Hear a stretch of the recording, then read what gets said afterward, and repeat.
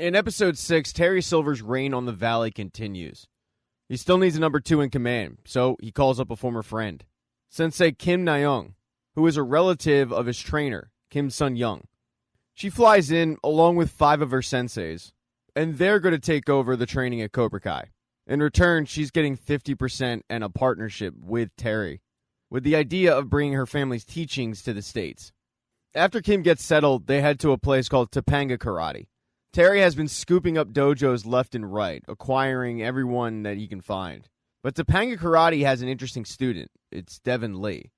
After Miyagi-Do closed, she still wanted to continue karate. She didn't want to do it at Cobra Kai, so she joined Topanga Karate. And now Topanga is becoming Cobra Kai. Terry walks in with Tori. Tori is staying at Cobra Kai at the urging of John Kreese. She desperately wants to leave, but Kreese assures her that he has a plan. She just has to stay there a little bit longer. But when she walks in Topanga Karate, Devin isn't too thrilled to see her because Tori was the one who defeated her. Devin, however, is not about to quit karate, so she's just going to have to go along with the lesson. And Sensei Kim, along with her other senseis, start trying to figure out what they have in Topanga. While Terry was taking over yet another dojo, Chosen, Amanda, and even Johnny get together and discuss what they plan to do about Terry Silver's attack on Daniel. As they're doing so, though, Daniel comes out of the suit, tells the group, LaRusso Auto still has to go on, and I still have to sell cars, so I'm going into work. They tell him that's not a good idea and that they really need to formulate a plan, but he says, guys, I'm done with karate. If he wants to have the Valley, he can have it. They start giving him a speech on not giving up, but he says, guys, I am giving up. Going toe-to-toe with Silver was a mistake. I'm done. I became a sensei to help kids, and now I've just made everybody's life worse. Johnny thinks he's crazy and shoots back, you have helped kids. But Daniel tells him, no, I haven't. I'll make a list of how I made the situation worse. Why don't you go ask Robbie how much I've helped them? Then he just goes to work.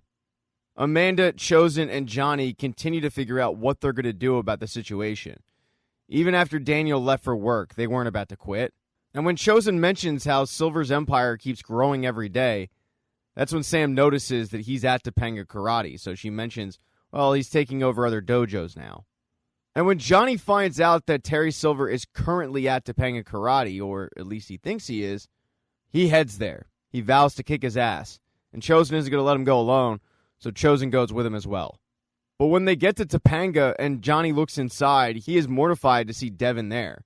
That's his former student. Now she's learning under Terry Silver.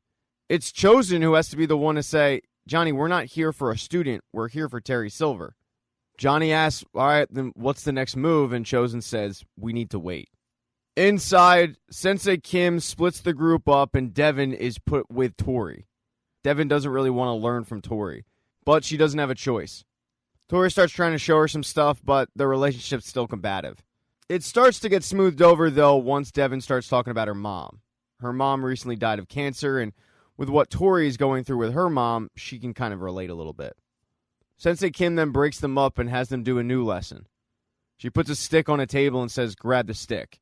The other person is charged with making sure their opponent doesn't grab that stick. At first, Tori takes it kind of easy on Devin, and Devin's easily able to grab the stick.